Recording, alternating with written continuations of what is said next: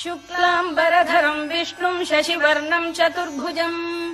प्रसन्नवदनम् ध्यायेत् सर्वविघ्नोपशान्तये व्यासम् वसिष्ठनप्तारम् शक्तेः पौत्रमकल्मषम् पराशरात्मजम् वन्दे शुकतातम् तपोनिधिम् व्यासाय विष्णुरूपाय व्यासरूपाय विष्णवे नमो वै ब्रह्मनिधये वासिष्ठाय नमो नमः अविकाराय शुद्धाय नित्याय परमात्मने सदैकरूपरूपाय विष्णवे सर्वजिष्णवे यस्य स्मरणमात्रेण जन्म संसारबन्धनात् विमुच्यते नमस्तस्मै विष्णवे प्रभविष्णवे ॐ नमो विष्णवे प्रभविष्णवे। श्रीवैशम्पायन उवाच श्रुत्वा धर्मानशेषेण पावनानि च सर्वशः युधिष्ठिरः शान्तनवम् पुनरेवाभ्यभाषत। युधिष्ठिर उवाच किमेकम् दैवतम् लोके किम् वाप्येकम् परायणम् स्तुवन्तः कङ्कमर्चन्तः प्राप्नुयुर्मानवा शुभम्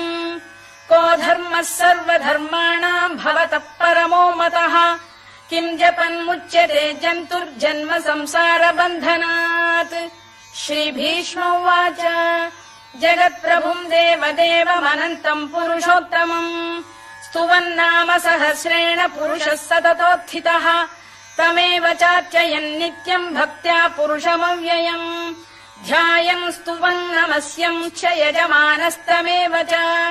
अनादिनिधनम् विष्णुम् सर्वलोकमहेश्वरम् लोकाध्यक्षम् स्तुवन् नित्यम् सर्वदुःखातिगो भवेत् ब्रह्मण्यम् सर्वधर्मज्ञम् लोकानाम् कीर्तिवर्धनम् लोकनाथम् महद्भूतम् सर्वभूतभवोद्भवम् एष मे सर्वधर्माणाम् धर्मोऽधिकतमो मतः यद्भक्त्या पुण्डरीकाक्षम् स्तवैरच्चेन्नरः सदा परमम् यो महत्तेजः परमम् यो महत्तपः परमम् यो महद्ब्रह्म परमम् यः परायणम् पवित्राणाम् पवित्रम् यो मङ्गलानाम् च मङ्गलम् दैवतम् देवतानाम् च भूतानाम् यो व्ययः यतः सर्वाणि भूतानि भवन्त्यादियुगागमे यस्मिंश्च प्रलयम् यान्ति पुनरेव युगक्षये तस्य लोकप्रधानस्य जगन्नाथस्य भूपते विष्णोर्नाम सहस्रम् मे शृणु पापभयापहम् यानि नामानि गौणानि विख्यातानि महात्मनः ऋषिभिः परिगीतानि तानि वक्ष्यामि भूतये ऋषिर्नाम्नाम् सहस्रस्य वेदव्यासो महामुनिः छन्दोऽनुष्टुप् तथा देवो भगवान् देवकीसुतः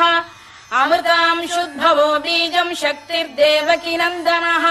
त्रिसामाहृदयम् तस्य शान्त्यर्थे विनियुज्यते विष्णुम् जिष्णुम् महाविष्णुम् प्रभविष्णुम् महेश्वरम् अनेकरूपदैत्यान्तम् नमामि पुरुषोत्तमम् अस्य श्रीविष्णोर्दिव्यसहस्रनामस्तोत्रमहामन्त्रस्य श्रीवेदव्यासो भगवान् ऋषिः अनुष्टुप्छन्दः श्रीमहाविष्णुः परमात्मा श्रीमन्नारायणो देवता अमृतांशुद्भवो भानुरिति बीजम् देवकी नन्दन श्रेष्ठेति शक्तिः उद्भवः क्षोभणो देव इति परमो मन्त्रः शङ्खबृन्नन्दकी चक्रीति कीलकम् शार्ङ्गधन्वा गदाधर इत्यस्त्रम् रथाङ्गपाणिरक्षोभ्य इति नेत्रम्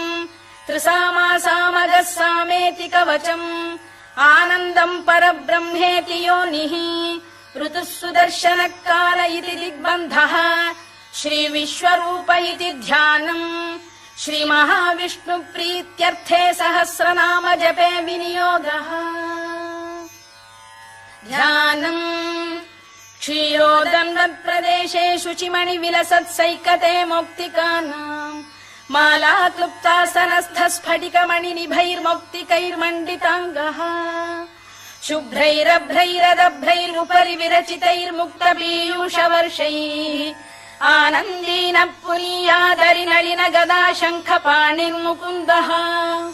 भूः पादौ यस्य नाभिर्वियदसुरनिलश्चन्द्रसूर्यौ च नेत्रे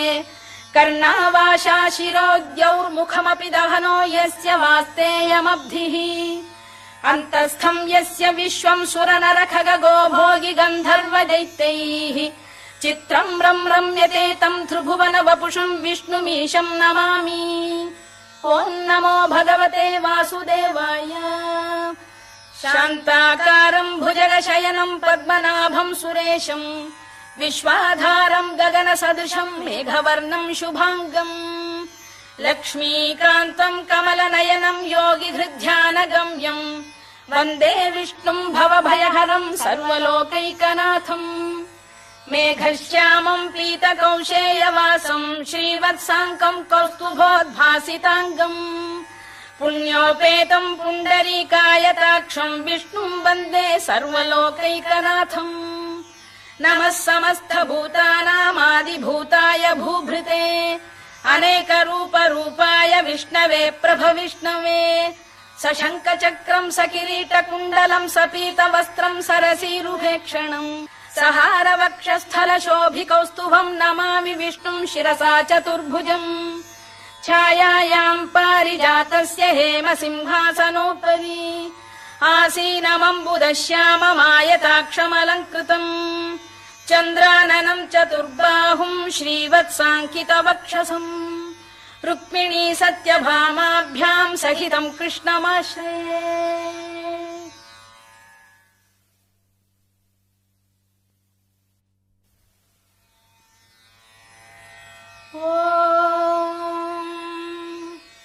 विश्वम् विष्णुर्वषत्कारो भूतभव्य भवत्प्रभुः भूतकृद्भूतभृद्भावो भूतात्मा भूतभावनः भूतात्मा परमात्मा च मुक्तानाम् परमागतिः अव्ययः पुरुषः साक्षी क्षेत्रज्ञोऽक्षर एव च योगो योगविदाम् नेता प्रधानपुरुषेश्वरः नारसिंहवपुः श्रीमान् केशवः पुरुषोत्तमः सर्वः शर्वः शिवस्थाणुर्भूतादिर्निधिरव्ययः सम्भवो भावनो भर्ता प्रभवः प्रभुरीश्वरः स्वयम्भूः शम्भुरादित्यः पुष्कराक्षो महास्वनः अनादिनिधनो धाता विधाता धातुरुत्तमः अप्रमेयो ऋषिकेशः पद्मनाभोऽमर प्रभुः विश्वकर्मा मनुस्पष्टा स्थविष्ठस्थविरो ध्रुवः अग्राह्यः शाश्वतः कृष्णो लोहिताक्षप्रदर्दनः प्रभूतस्त्रिककुब्धाम पवित्रम् मङ्गलम् परम् ईशान प्राणद प्राणो ज्येष्ठः श्रेष्ठः प्रजापतिः हिरण्यगर्भो भूगर्भो माधवो मधुसूदनः ईश्वरो विक्रमी धन्वी मेधावी विक्रमक्रमः अनुत्तमो दुराधर्ष्य कृतज्ञ कृतिरात्मवान् सुरेशः शरणम् शर्म विश्वरेता प्रजाभवः अधः संवत्सरो व्याल प्रत्ययः सर्वदर्शनः अजः सर्वेश्वरः सिद्धः सिद्धिः सर्वादिरच्युतः वृषाकपिरमेयात्मा सर्वयोगविनिसृतः वसुर्वसुमनः सत्यः समात्मा संमितः समः अमोघः पुण्डरीकाक्षो वृषकर्मा वृषाकृतिः रुद्रो बहुशिरा बभ्रुर्विश्वयोनिः शुचिश्रवाः अमृतः शाश्वतस्थाणुर्वरारोहो महातपाः सर्वगः सर्वविद्भानुर्विश्वक्सेनो जनार्दनः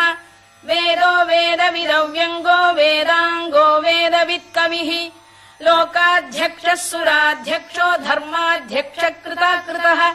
चतुरात्मा चतुर्व्यूहश्चतुर्दंष्टश्चतुर्भुजः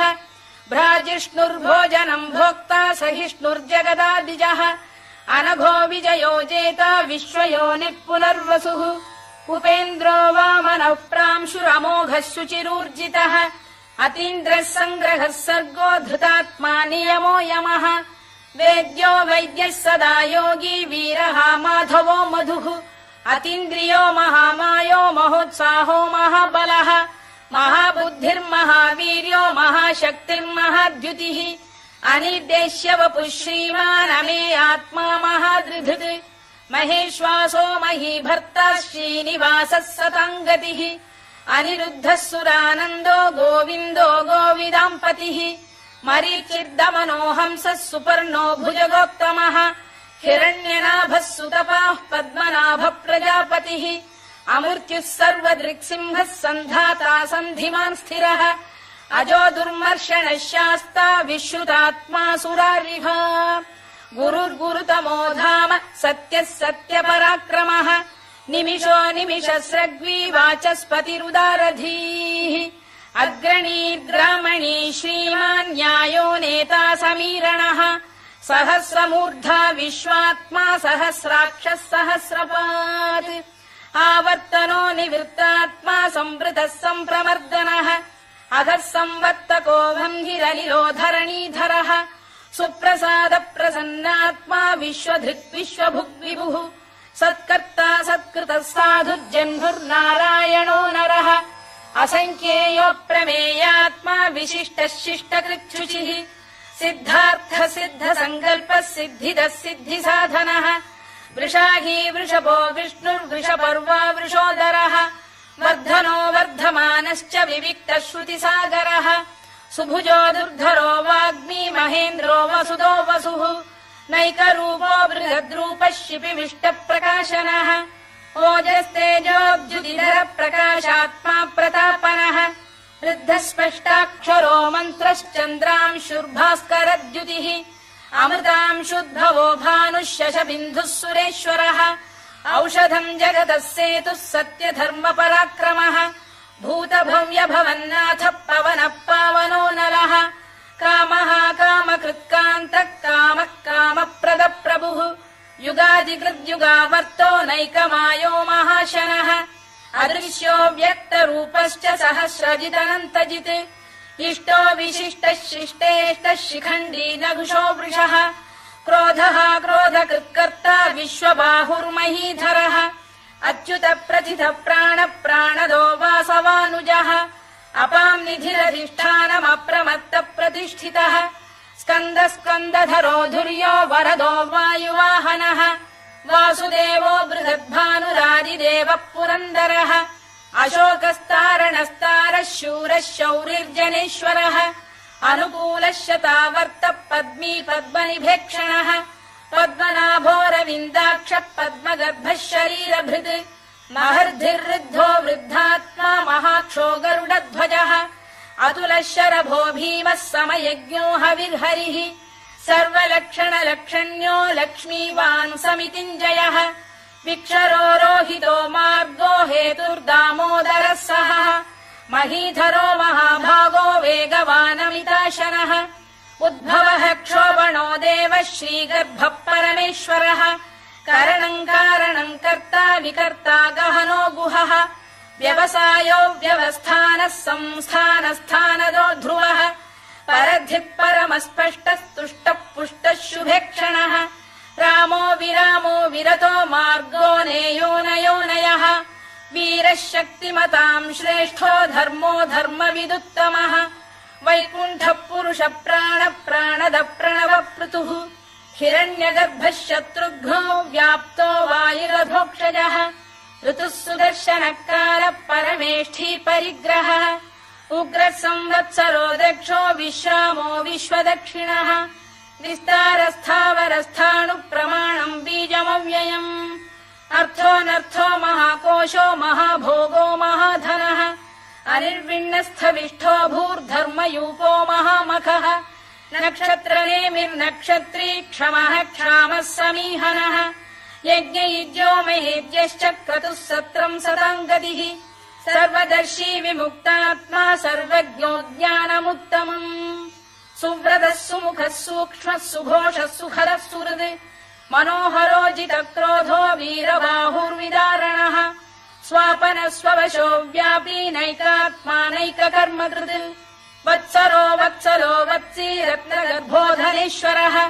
धर्मकृद्धर्मकृद्धर्मी सदसक्षरमक्षरम् अभिज्ञाता सहस्रांशुर्विधाता कृतलक्षणः दभस्तिनेमिः सत्तस्तः सिंहो भूतमहेश्वरः आदिदेवो महादेवो देवेशो देवभृद्गुरुः उत्तरो गोपतिर्गोप्ता ज्ञानगम्यः पुरातनः शरीरभूतभृद्भोक्ता कपीन्द्रो भूरि दक्षिणः सोमपो मृतपः सोमः पुरुजित्पुरुषत्तमः विनयो जयः सत्यसन्धो दाशार्हः सात्वताम् पतिः जीवो विनयिता साक्षी मुकुन्दोमित विक्रमः अम्भो निधिरनन्तात्मा महोदधिशयोऽन्तकः अजो महार्घः स्वाभाव्यो जिता मित्र प्रमोदनः आनन्दो नन्दनो नन्दः सत्यधर्मात्रिविक्रमः महर्षि कपिलाचार्य कृतज्ञो मेदिनीपतिः त्रिपदस्त्रिदशाध्यक्षो महाशृङ्गकृतान्तकृत् महावराहो गोविन्दः सुषेणः कनकाङ्गनी गुह्यो गभीरो गहनो गुप्तश्चक्रगदाधरः मेधास्वाङ्गो जितः कृष्णो दृढः सङ्कर्षणोच्युतः वरुणो वारुणो वृक्षः पुष्कराक्षो महामनाः भगवान् भगहानन्दी वनमाली हलायुधः आदित्यो ज्योतिरादित्यः सहिष्णुर्गतिसत्तमः सुधन्वाखण्ड परशुर्दारुणो द्रविणप्रदः दिवस्पृक् सर्वदृक्व्यासो वाचस्पतिरयो निजः त्रिसामासामगः साम निर्वाणम् भेषजम् भिषज सन्न्यासकृच्छमः शान्तो निष्ठा शान्तिपरायणम् शुभाङ्गः शान्तिदः स्रष्टा कुमुदः कुवलेशयः गोहितो गोपतिर्गोप्ता वृषभाक्षो वृषप्रियः अनिवर्ती निवृत्तात्मा संक्षेप्ताक्षेमकृत् शिवः श्रीवत्सवक्षः श्रीवासः श्रीपतिः श्रीमताम्बरः श्रीधः श्रीशः श्रीनिवासः श्रीनिधिः श्रीविभावनः श्रीधर श्रीकर श्रेयः श्रीमान् लोकत्रयाश्रयः स्वक्षः स्वङ्गः शतानन्दो नन्दिर्ज्योतिर्गणेश्वरः विजितात्मा विधेयात्मा सत्कीर्तिश्छिन्न संशयः उदीर्णः सर्वतश्चक्षुरनीशः शाश्वतः स्थिरः भूषयो भूषणो भूतिर्विशोकः शोकनाशनः अर्चिष्मानर्चितः कुम्भो विशुद्धात्मा विशोधनः अनिरुद्धो प्रतिरथ प्रद्युम्नोमित विक्रमः कालनेमिनिः वीरः शौरिः शूरजनेश्वरः त्रिलोकात्मा त्रिलोकेशः केशवः केशिहा हरिः कामदेवः कामपालः कामी कान्तकृतागमः अनिर्देश्य वपुर्विष्णुर्वीरोऽनन्तो धनञ्जयः ब्रह्मण्यो ब्रह्मकृद्ब्रह्मा ब्रह्म ब्रह्मविवर्धनः ब्रह्मविब्राह्मणो ब्रह्मी ब्रह्मज्ञो ब्राह्मणप्रियः महाक्रमो महाकर्मा महातेजा महोरगः महाक्रतुर्महायज्वा महायज्ञो महाहविः स्तव्यस्तव प्रियस्तोत्रम् स्तुतिस्तोतारणप्रियः पूर्णः पूरयिता पुण्यः पुण्यकीर्तिरनामयः मनोजवस्तीर्थकरो वसुरेता वसुप्रदः वसुप्रदो वासुदेवो वसुर्वसुमनाहविः सद्गतिः सत्कृतिः सत्ता सद्भूतिः सत्परायणः शूरसेनो यदुश्रेष्ठः सन्निवासः सुयामुनः भूतावासो वासुदेवः सर्वासु निलयो नलः दर्पः दर्पदो दृप्तो दुर्धरोऽथा पराजितः विश्वमूर्तिर्महामूर्तिर्दीप्तमूर्तिरमूर्तिमान् अनेकमूर्तिरव्यक्तः शतमूर्तिः शताननः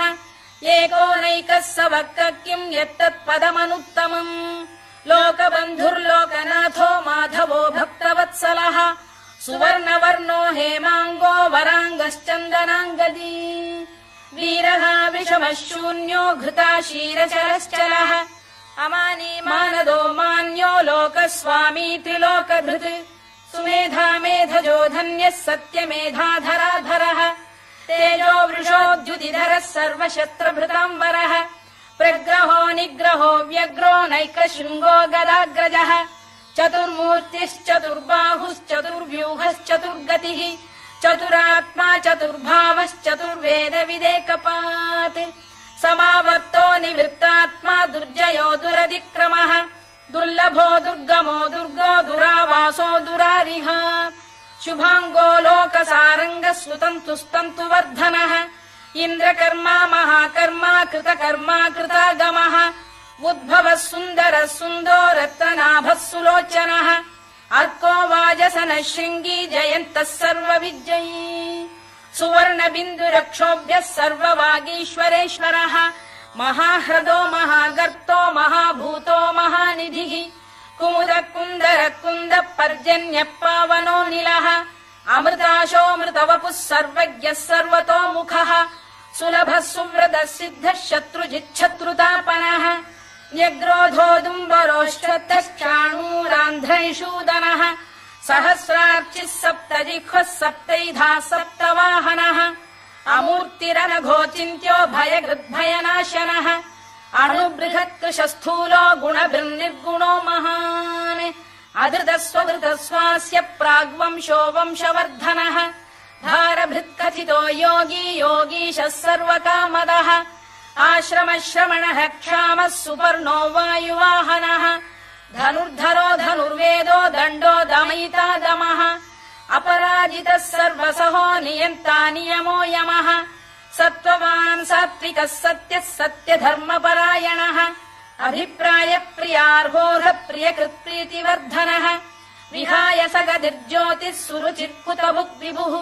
रविर्विरोचनः सूर्यः सवितारविलोचनः अनन्तो हुतभुग्भोक्ता सुखदो नैकजोऽग्रजः अनिर्विण्णः सदामर्षी लोकाधिष्ठानमद्भुतः सनात्सनातनतमः कपिलः कपिरव्ययः स्वस्तिदः स्वस्तिकृत् स्वस्ति स्वस्ति भुक् स्वस्ति दक्षिणः अरौद्रः कुण्डली चक्री विक्रम्यूर्जितशासनः शब्दातिकः शब्दसः शिशिरः शर्वरीकरः अक्रूरपेशलो दक्षो दक्षिणः क्षमिणाम्बरः विद्वत्तमो वीतभयः पुण्यश्रवणकीर्तनः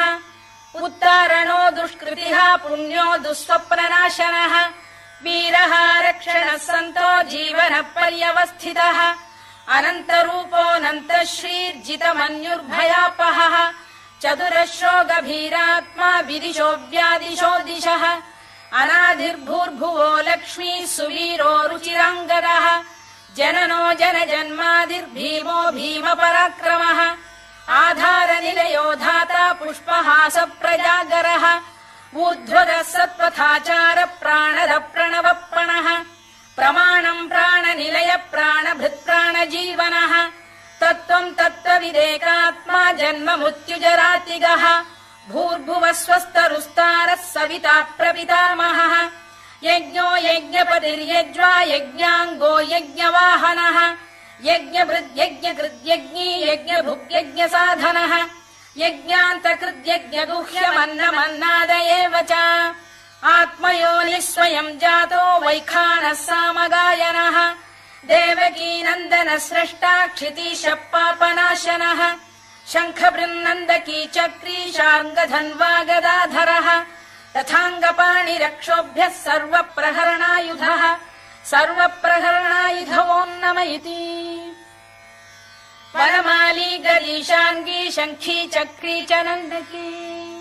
श्रीमान्नारायणो विष्णुर्वासुदेवोऽभिरक्षतु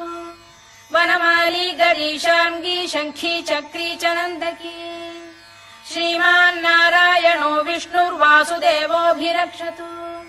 वनमाली गरीशाङ्गी शङ्खी चक्री च नन्दकी श्रीमान्नारायणो विष्णुर्वासुदेवोऽभिरक्षतु इतीदम् कीर्तनीयस्य केशवस्य महात्मनः नाम्नाम् सहस्रम् दिव्यानामशेषेण प्रकीर्तितम् य इदम् शृणुयान् नित्यम् यश्चापि परिकीर्तयेत् नाशुभम् प्राप्नुयात् किञ्चित् सोमुत्रेह च मानवः वेदान्तको ब्राह्मणः स्यात् क्षत्रियो विजयी भवेत् वैश्यो धनसमृद्धः स्यात् क्षूद्रः सुखमवाप्नुयात् धर्मार्थी प्राप्नुयात् धर्ममर्थार्थी चार्थमाप्नुयात् कामानवाप्नुयात् कामी प्रजार्थी चाप्नुयात् प्रजाम् भक्तिमान् यः सदोत्थाय शुचिस्तद्गतमानसः सहस्रम् वासुदेवस्य नाम्नामेतत् प्रकीर्तयेत् यशः प्राप्नोति विपुलम् याति प्राधान्यमेव च अचलाम् श्रियमाप्नोति श्रेयः प्राप्नोत्यनुत्तमम् न भयम् क्वचिदाप्नोति वीर्यम् तेजश्च विन्दति भवत्यरोगोद्युतिमान् बलरूपगुणान्वितः रोगार्तो मुच्यते रोगात् बद्धो मुच्येत बन्धनात् भयान्मुच्येत भीतस्तु मुच्येतापन्न आपदः दुर्गाण्यतितरत्याशु पुरुषः पुरुषोत्तमम् स्तुवन्नाम सहस्रेण नित्यम् भक्ति समन्वितः वासुदेवाश्रयो मर्त्यो वासुदेवपरायणः सर्वपाप विशुद्धात्मा याति ब्रह्म सनातनम् न वासुदेव भक्तानामशुभम् विद्यते क्वचित् जन्म मृत्युजरा व्याधि भयम् नैवोपजायते इमम् स्तवमधीयानः श्रद्धा भक्ति समन्वितः युज्येतात्मसुखक्षान्ति श्रीधृति स्मृति कीर्तिभिः न क्रोधो न च मात्सर्यम् न लोभो न शुभा मतिः भवन्ति कृतपुण्यानाम् भक्तानाम् पुरुषोत्तमे द्यौः स चन्द्रार्कनक्षत्राखम् दिशो भूर्महो दधिः वासुदेवस्य वीर्येण विधृतानि महात्मनः ससुरासुरगन्धर्वम् स यक्षोरगराक्षसम् जगत्वशे वर्ततेदम् कृष्णस्य सचराचरम् इन्द्रियाणि मनो बुद्धिः सत्त्वम् तेजो बलम् धृतिः वासुदेवात्मकान्याहुः क्षेत्रम् क्षेत्रज्ञ एव च सर्वागमानामाचार प्रथमम् परिकल्पते आचार प्रभवो धर्मो धर्मस्य प्रभुरच्युतः ऋषयः पितरो देवा महाभूतानि धातवः जङ्गमा जङ्गमम् चेदम् जगन्नारायणोद्भवम् योगो ज्ञानम् तथा साङ्ख्यम् विद्या शिल्पादिकर्म च वेदाः शास्त्राणि विज्ञानमेतत् सर्वम् जनार्दनात् एको विष्णुर्महद्भूतम् पृथग्भूतान्यनेकशः त्रीन् लोकान् व्याप्य भूतात्मा भुङ्क्ते विश्वभुवव्ययः इमम् स्तवम् भगवतो विष्णोर्व्यासेन कीर्तितम् पठेद्य इच्छेत् पुरुषः श्रेयत् प्राप्तुम् सुखानि च विश्वेश्वरमजम् देवम् जगतः प्रभुमव्ययम् भजन्ति ये पुष्कराक्षम् न ते यान्ति पराभवम् न ते यान्ति पराभवम् ओन्नम इति अर्जुनोवाच पद्मपत्र विशालाक्ष पद्मनाभसुरोत्तम भक्तानामनुरक्तानाम् त्राता भव जनार्दन श्रीभगवानुवाच यो माम् नाम सहस्रेण स्तोतुमिच्छति पाण्डव सोऽहमेकेन श्लोकेन स्तुत एव न संशयः स्तुत एव न संशयोन्नम इति व्यास उवाच वासनाद्वासुदेवस्य वासितम् भुवनत्रयम् सर्वभूतनिवासोऽसि वासुदेव नमोऽस्तु ते वासुदेव नमोऽस्तु ते ओन्नम इति पार्वत्युवाच केनोपायेन लघुना विष्णोर्नाम सहस्रकम् पठ्यते पण्डितैर्नित्यम् श्रोतुमिच्छाम्यहम् प्रभो ईश्वर उवाच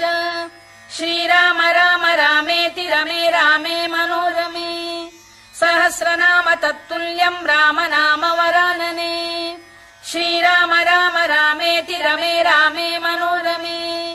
सहस्रनाम तत्तुल्यम् राम नाम वरानने श्रीराम राम रामेति रमे रामे मनोरमे सहस्रनाम तत्तुल्यम् राम नाम वरानने राम नाम वरानन ओन्नम इति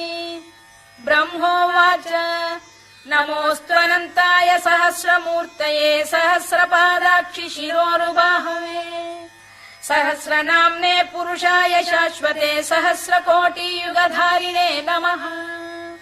सहस्रकोटियुगधारिणे नम ओन्नम इति सञ्जय उवाच यत्र योगेश्वर कृष्णो यत्र पार्थो धनुर्धरः तत्र श्रीर्विजयो भूतिर्ध्रुवानीतिर्मतिर्मम श्रीभगवानुवाच अनन्याश्चिन्तयन्तो मां ये जनाः पर्युपासते तेषाम् नित्याभियुक्तानां योगक्षेमम् वहाम्यहम् परित्राणाय साधूनां विनाशाय च दुष्कृताम् धर्म संस्थापनार्थाय सम्भवामि युगे युगे आर्ता विषण्णाः शिथिलाश्च भीता घोरेषु च व्याधिषु वर्तमानाः संकीर्त्य नारायण शब्दमात्रम् विमुक्त दुःखाः सुखिनो भवन्तु कायेन वाचा मनसेन्द्रियैर्वा बुद्ध्यात्मना वा प्रकृते स्वभावात् करोमि यद्यत् सकलम् परस्मै नारायणायेति समर्पयामि।